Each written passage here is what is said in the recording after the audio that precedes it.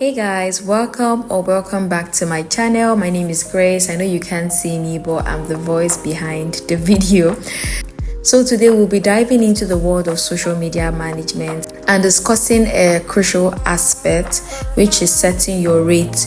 I have a video on my channel about pricing, but I feel like it had other things that were there and it was a bit confusing, so I decided to make a more detailed video to cover like setting your rates. So if you're a social media manager in Nigeria or anywhere else, I'm sure you'll find what I'm about to say in this video helpful.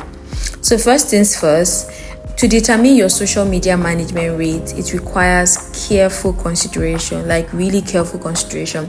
Now let's break it down to some factors that you should keep in mind to create a rate card. It's not just a rate card that reflects your skills and the value you bring to the table. Nobody wants to hire a social media manager that does not have skills or is not going to bring any value to the table. So the first one on my list is experience and expertise. So your experience and expertise play a significant role in determining your rates. So if you're just starting like as a social media manager, it's okay to set a more competitive rate to build your portfolio. So you can decide that, I am new, I have the skills, but I'm new to social media management, so maybe I'll just bring down my rate a little bit so that I can get more clients and to build my portfolio. As your skills and reputation continue to grow, don't hesitate to adjust your rates accordingly. So what you're charging when you're a beginner for, like maybe you're a beginner for of 2 months, 3 months, 4 months or 5 months, is different from the way you charge when you now have experience of over a year. All right. So the second thing is services offered. Consider the range of services you provide. So I have a video on various services you can offer as a social media manager. I'll link the video in the description so that you can watch. So basically you can offer different services as a social media manager: content creation, community management, Facebook ads, and then the combination of everything. So when you know the services you offer, you can clearly define it and then establish a price rate for each of them.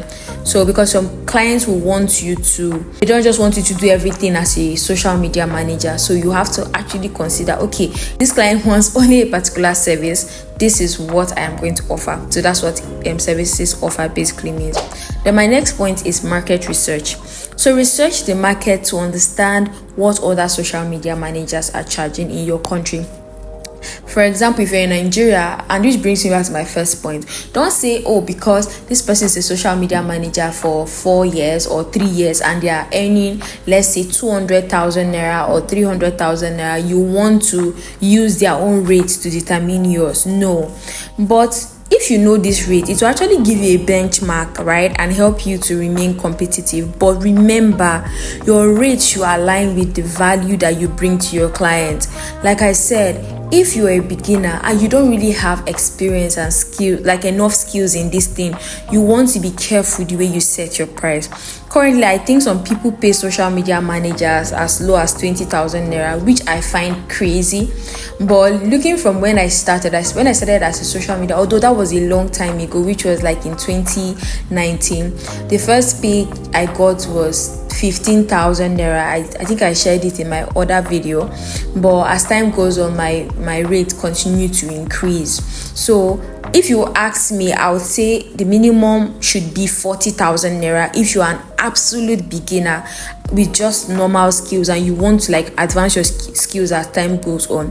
Now this 40,000 naira that I say is for remote remote, that you don't need to pay for transport or any of those things. Now if it's an on-site or hybrid role, I personally think it should not be anything less than 100,000 naira. Now I'm saying it in naira because I don't know how it works in other currencies, but I would say if you're in Nigeria, don't charge anything less than 100,000 naira if it's an on-site role, because of the stress that comes with on-site work. And at the end of the day, you don't have to take my word for it. Okay, just do your research and make sure that you're actually bringing value and your rate is actually aligning with the value that you bring.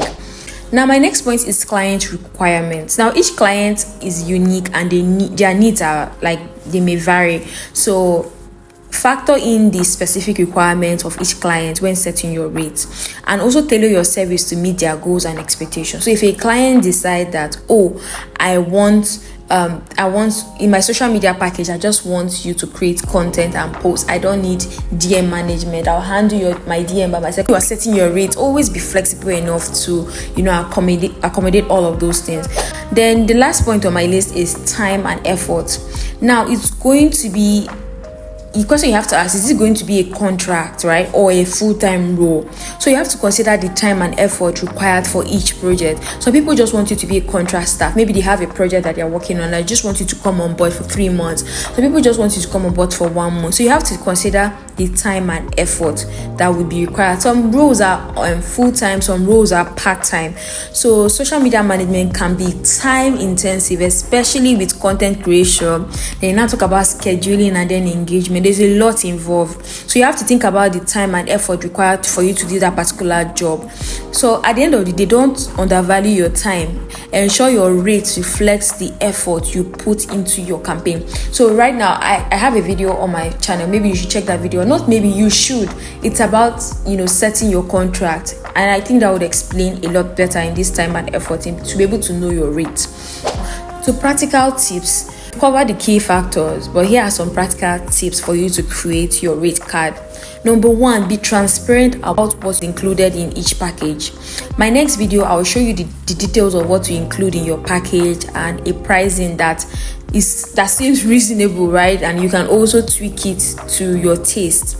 So look out for that video. So my second point is have different package that caters to various clients' needs and budget. I think I've mentioned it before. Different clients have different needs and they have different budgets. So your packages have to accommodate all these needs and budgets. Some clients may need more services than other clients, so you have to make sure that you incorporate and be flexible enough to change your packages as time goes on. Don't have one package, or don't have a particular package for over a year. At least be changing it either by quarterly or yearly, depending on what works for you.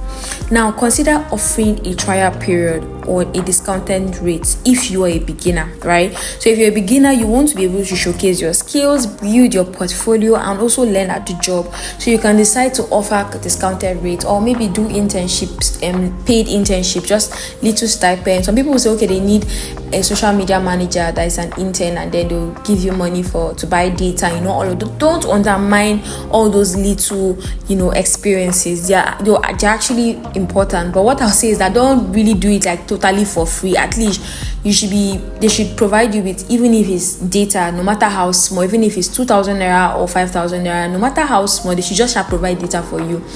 That would encourage you to, that's my own opinion. But if you're in a situation where they don't provide anything for you and you think you can learn from that particular place, please don't hesitate to take that offer. Now, to my conclusion, setting your social media management rates is a balancing act, right? It requires a mix of understanding your own value, doing your market research, and adapting to the unique needs of your client. So remember, as your skills and client base grow, don't hesitate to adjust your rate accordingly, like what I said earlier. So if you find this video helpful, don't forget to like, share, and subscribe for more. Also hit the post notification bell so you get notified each time I post a new video. I'm going to leave some resources in the description, so make sure you check those resources out. So thank you so much for watching this video. I'll see you in my next video. Bye.